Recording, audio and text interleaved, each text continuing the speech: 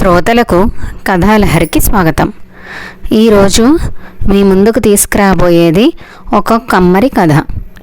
ఒక ఊళ్ళో ఒక కమ్మరి ఉండేవాడు. అతడు తన కొలిమిలో ఒక ఇనుప ముక్కతో 2 నాగళ్ళు చేశాడు. మొదటి నాగలి నన్నెవరికన్నా అమ్మేసి పొలంలో దున్ని పంట సాగుకు ఉపయోగపడతానంది. రెండో నాగలి మాత్రం నన్నెవరికి అమ్మొద్దు, నేను నీ దగ్గరే ఉండా, నేను ఏ పని చేయలేను అంది. అవి కోరినట్లే కమ్మరి మొదటి నాగలిని ఓ రైతుకు అమ్మేశాడు. రెండో నాగలిని తన శాలలో ఒక మూలన పడేశాడు. కొంతకాలానికి ఏదో పని మీద రైతు నాగలి పట్టుకుని కమ్మరి దగ్గరికి వచ్చాడు.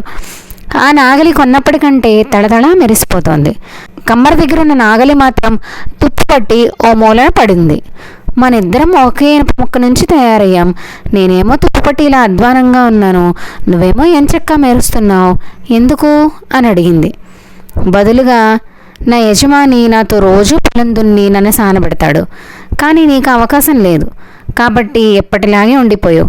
ఇప్పటికైనా పనిచేయడంలోనే ఆనందం అందం ఉన్నాయని గ్రహించు అని చెప్పింది మొదటి నాగలి. ఆ రోజే మూలనున్న నాగలి తనని కూడా ఎవరైనా రైతుకి అమ్మివేయమని కమ్మరితో చెప్పింది. ఈ రోజుకి కథతో ముగిద్దామండి. తిరిగి ఇంకొక కథతో కలుద్దాం.